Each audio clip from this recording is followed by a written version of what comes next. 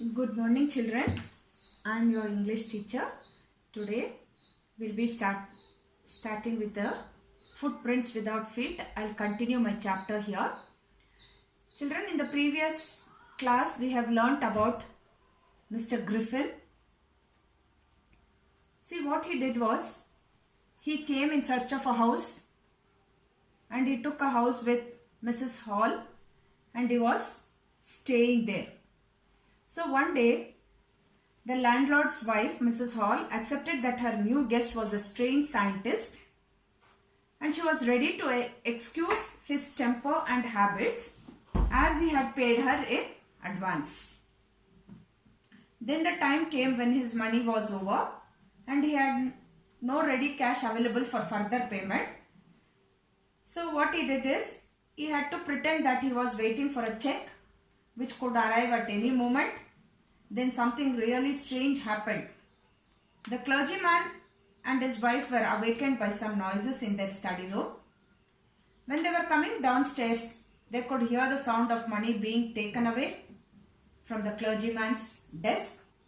The clergyman held a metal rod in his hand and flung the door open, and as soon as he opened the door, he said, "Surrender," as he thought he had caught the thief. So children, here the next one here is what will happen in that house, we will see here. Then to their surprise, they could not see anyone. They looked under the desk, behind the curtains and also up the chimney, but the person was nowhere to be seen. Yet the desk has been opened and the housekeeping money was gone. So what happened, you know children, here? Then the clergyman kept on saying extraordinary affair the whole day because he was shocked by the incident. But the things that happened with Mrs. Hall's furniture were much more fascinating. Mrs. Hall and her husband woke up very early and were surprised as the door to the guest room was open. Usually his room's doors remained closed and locked. But finally on that day it was open, children. He used to get very angry if anyone tried entering his room. It was an opportunity and Mrs. Hall did not want to miss it. They decided to investigate when they saw that nobody was inside the room. His bedsheets were cold, which showed that he must have been up for a while, and also all the bandages that he used to tie around his face were lying around the room. Suddenly, what she'll do here, you know children, Mrs. Hall heard a sniff close to her ear and Griffin's hat that was lying on the bedpost flung towards Mrs. Hall and hit her on her face. Then the chair in the room dashed itself, hitting Mrs. Hall in her legs.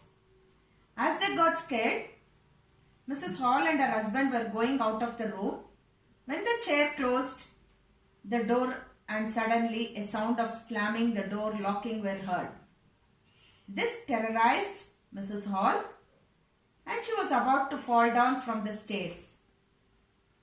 She was convinced of the thought that there were spirits in her inn's room and that the stranger had caused this to happen. Now, finally, they came to know this is because of Mr. Griffin. She moaned that her mother used to sit in the chair which hit her legs and thought, how could it rise up against her? The neighbors of Mrs. Hall thought that it was witchcraft which had caused such a thing to happen. When the news of the burglar and the clergyman's house reached other people in the town, everyone started suspecting the strange scientist. Suspicion grew stronger on him. And what will happen, you know children, here? When he produced ready cash for his payment at the inn, even though he had told some time back that he did not have money and was waiting for a check to arrive. The village now constable was called for and Mrs. Hall did not want to wait for him. She went straight to Griffin as he had appeared from the empty bedroom at the inn. She asked him what had he been doing upstairs to her chairs and furniture. She also asked him how did he come out of the empty bedroom or enter the locked bedroom. So what he will tell here is the scientist became very angry, children. Really, he became very angry and started shouting that they don't understand who or what he was and decided to show them the truth. He removed his bandages, whiskers, spectacles and also his nose. It took him just a minute to do all this, and the people in the bar were horrified as they looked at the headless man. Mr. Jaffers, the constable's name, children, that is, of the village, was surprised as he saw that he had to arrest a man without any head. But Jaffers still wanted to do his duty. So what he'll do, he knew that the magistrate wanted him to arrest the person, and it did not matter that he had heard or not. But as he threw away more and more of his clothes, he became more and more invisible, and finally, after Griffin removed his shirt, he was nowhere to be seen. And Jaffers was struggling to arrest a man who had become completely invisible.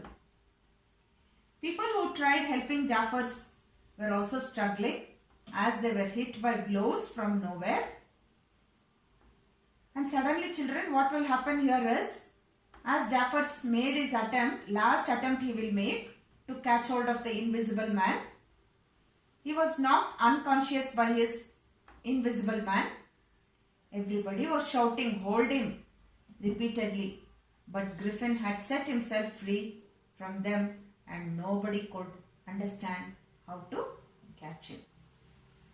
So this is the story, children, about the footprints without feet. So finally, what happened here is, nobody could catch him. Well, he threw so many clothes, everything. Nobody could catch him.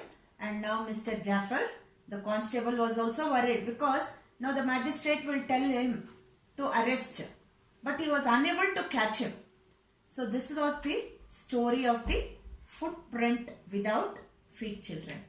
Now I'll show you the video which will be continued, and finally this story is ended and I'll be giving you question and answers. I have not given in the part 1. Here I'll give completely. Write it down and do the worksheet, children. Thank you, children. Have a nice day.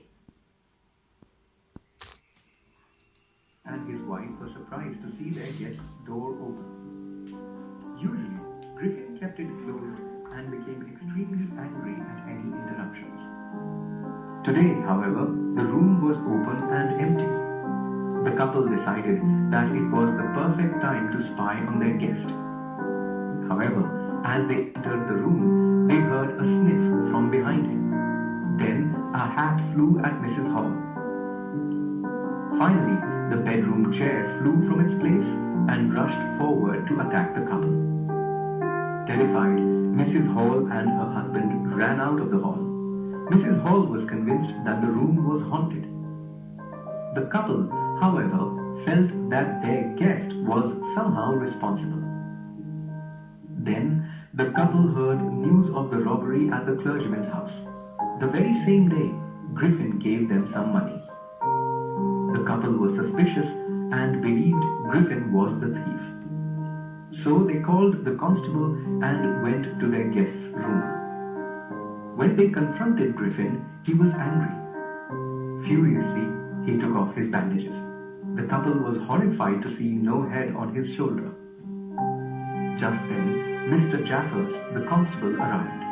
He was surprised to see that his thief was a man with no head. However, he was a dutiful man. He tried to arrest Griffin, but found it increasingly difficult as Griffin started shedding his clothes. People tried to help the constable, but how do you capture an invisible man? They got hit by invisible blows, and poor Jaffers was knocked unconscious. Griffin managed to get himself free since no one could lay their hands on him.